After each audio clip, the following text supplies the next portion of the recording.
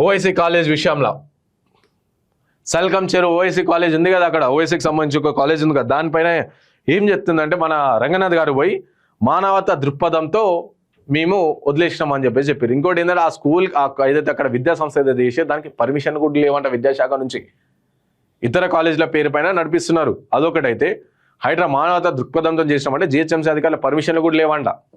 ఇప్పుడు వాళ్ళు కూలాలి కదా, అంటే పేదల ఇండ్లు పర్మిషన్లతో కరెంట్ బిల్ అవన్నీ వస్తే పేద ఇండ్లు కూలుస్తారు మీరు, కానీ ఓవైసీకి సంబంధించిన కాలేజ్ మాత్రం కూలరు.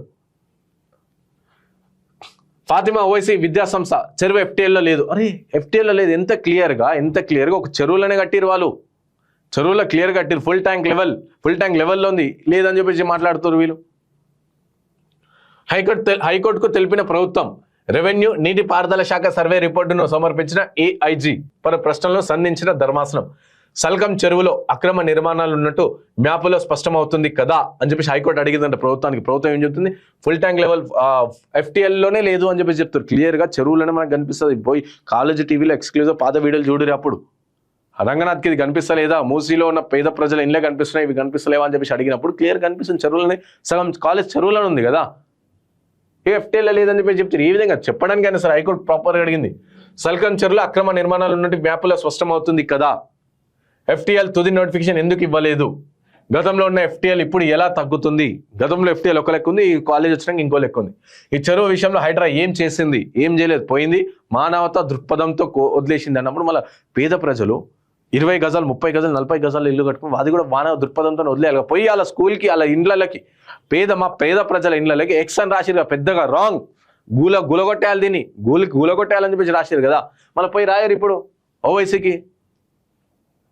విద్యా సంస్థలు కావచ్చు మానవ దృక్పథంతో వదిలేసినప్పుడు మానవత దృక్పథం అక్కడనా ఇక్కడనా, నచ్చిన వారిని వదిలేస్తారా అని ప్రశ్న వేసింది. ఈ చెరువు విషయంలో హైడ్రా ఏం చేసింది, నచ్చిన వారికి వదిలేస్తారా, బరాబర్ వదిలేస్తారు, ఈ ప్రభుత్వం వదిలేస్తుంది. ఇప్పుడు ఒకవేళ హైడ్రా రంగనాథ్ గారికి ఎన్నిసార్లు మొట్టికాయలు వేసి ఇప్పుడు కూడా ఒకవేళ ఉంటే పోయి టచ్ చేయండి, చూస్తాం మేము. మా పేద ప్రజలు ఇంట్లో ఏ విధంగా అయితే టచ్ చేసారు అదే విధంగా టచ్ చేయండి మీరు. ఫాతిమా ఓవైసీ విద్యాసంస్థ భవనం సల్కం చెరువు ఎఫ్టీఎల్ ఫుల్ ట్యాంక్ లెవెల్ పరిధిలో లేదని హైకోర్టు ప్రభుత్వం తెలియజేసింది. ఈ రోజు పోతాం మేము, పోయి చూపిస్తాం ఫుల్ ట్యాంక్ లెవెల్ ఏందో, ఎఫ్టీఎల్ ఏందో, బఫర్ లెవెల్ ఏందో పోయి చూపించే ప్రయత్నం మేము చేస్తాం. చూడు, ఈ మేరకు రెవెన్యూ నీటిపారుదల శాఖ సంయుక్తంగా నిర్వహించిన సర్వే నివేదికను అదనపు advocate general AIG Imran Khan హైకోర్టుకు సమర్పించారు. గత ప్రభుత్వం హయాంలో మిషన్ కాకతీయ కింద సల్కం చెరువు కట్టను అభివృద్ధి చేశారని, ప్రస్తుతం ఎఫ్టీఎల్లో ఎలాంటి నిర్మాణాలు లేవని చెప్పారు. ఇక ఓవైసీ విద్యా సంస్థను సల్కం చెరువు ఎఫ్టీఎల్లో ఆక్రమించి కట్టారని పేర్కొన్న న్యాయవాది విజయ్ గోపాల్ హైకోర్టుకు పిటిషన్ దాఖలు చేసిన విషయం తెలిసింది. దీనిపై జస్టిస్ ఎన్వి శ్రవణ్ కుమార్ ధర్మాసనం గురువారం విచారణ కొనసాగించింది. ఈ సందర్భంగా రెవెన్యూ నీటిపారుదల శాఖ సంయుక్తంగా నిర్వహించి రూపొందించిన నివేదికను ఏఐజీ హైకోర్టుకు సమర్పించారు. ఈ రిపోర్టును సంబంధించి మ్యాపులను పరిశీలించిన ధర్మాసనం పలు ప్రశ్నలు సంధించింది. సో చూసారా, ఎవరైనా సరే నార్మల్గా మీరు రిపోర్ట్ ఇచ్చే ముందు మీకు బుద్ధి ఉండాలి.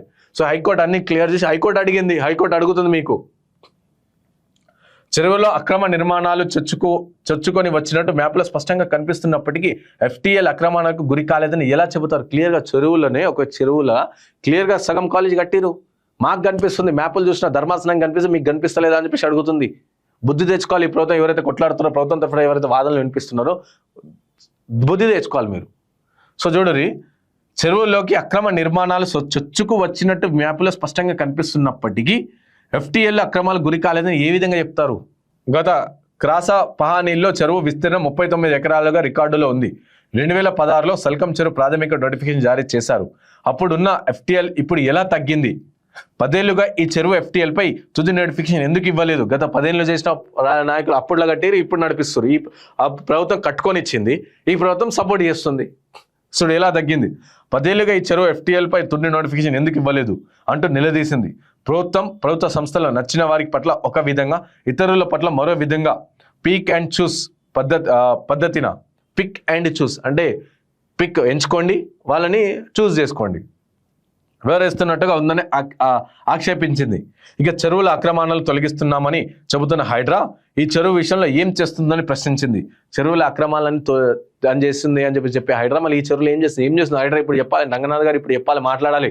చెరువులు కుంటలు నాలుగు కబ్జాదారులందరినీ కూడా చేస్తామని చెప్పారు కదా. ఇటు ఏంది నెక్లెస్ రోడ్లో ఉన్న పెద్ద బిల్డింగ్ దాని వెనకాల పడ్డారు కదా. సో దీని వెనకాల వడురి, ఫస్ట్ దీని వెనకాల వడురి. అంటే మేము ఓవైసీ కాలేజ్ అది కాదు, అంటే పేదలకు ఉన్నోడికి ఒక లెక్క లేనోడికి ఒక లెక్క చూడొద్దు అని చెప్పేసి మేము అంటున్నాం. సో ఏం చేస్తుందని ప్రశ్నించారు. మున్సిపల్ శాఖ, నీటి పారుదల శాఖ, హెచ్ఎండిఏ ఎలాంటి వివరణ ఇవ్వకపోవడంపై ఆగ్రహం వ్యక్తం చేసింది. అక్రమ నిర్మాణాలపై ఎప్పుడైనా ఫిర్యాదు చేయవచ్చు. ఫాతిమా ఓవైసీ విద్యా సంస్థ, సలార్ ఏ మిల్లత్ ట్రస్ట్ తరఫున సీనియర్ న్యాయవాదులు జె రామచంద్రరావు, పి వేణుగోపాల్ వాదనలు వినిపించారు. ఇది ప్రజా ప్రయోజన వ్యాజ్యం కాదని, తమ సంస్థపై ఆరోపణలు చేయడానికి పిటిషనర్ ఎవరు అని ప్రశ్నించారు. ఇక ఎప్పుడో నిర్మాణాలు పూర్తయిపోయిన తర్వాత ఇప్పుడు పిటిషనర్ ప్రశ్నించడం అంతర్యం ఏమిటి అని అన్నారు.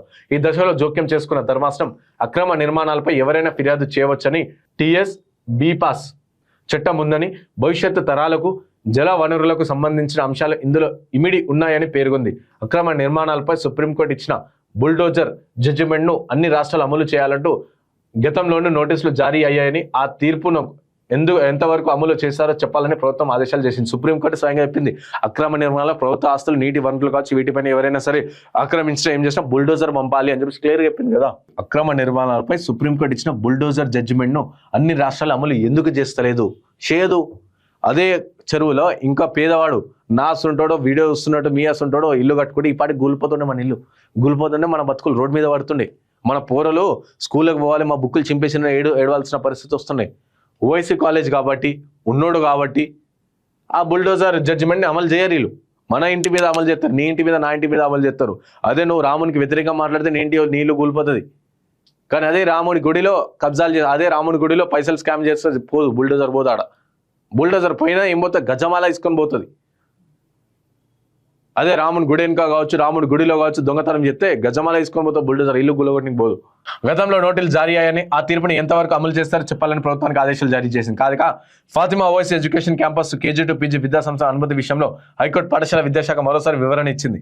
ఈ సంస్థ గత ఏడాది డిసెంబర్లో పాఠశాల అనుమతి కోసం దరఖాస్తు చేసుకున్న, దీనిపై ఇంకా నిర్ణయం తీసుకోలేదని తెలిపింది. లాయర్ రక్షణ బాధ్యత ప్రభుత్వానికి. అంటే ఎందుకంటే సల్గం చెరువు వివాదంపై పిటిషనర్ దాఖలు చేసినప్పటి నుంచి తనను, తన కుటుంబాన్ని లక్ష్యంగా చేసుకుని సోషల్ మీడియాలో కొందరు అడ్డగోలు వ్యాఖ్యలు చేస్తున్నారని న్యాయవాది విజయ్ గోపాల్ తెలిపారు.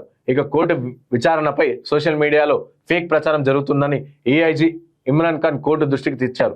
ఇక దీనిపై ధర్మాసనం స్పందిస్తూ న్యాయవాది విజయ్ గోపాల్ రక్షణ బాధ్యత ప్రభుత్వం తీసుకోవాలని ఆదేశించింది. సో కాబట్టి బరాబర్, ఎందుకంటే మామూలు అంటే సల్కం చెరువు పైన ప్రభుత్వం ఏ విధంగా చేస్తుందో దానిపైన లాయర్ వేణుగోపాల్ గారు కొట్లాడుతారు కాబట్టి కంపల్సరీ ఆయనకు థ్రెట్ ఉంటుంది. కాబట్టి ఆయన రక్షించాల్సిన బాధ్యత ప్రభుత్వాన్ని. దీనిపైన హైడ్రా కమిషనర్ రంగనాథ్ గారు ఇమీడియట్గా దీనిపై ఏం మాట్లాడారు, బయటకు వచ్చి చెప్పారు.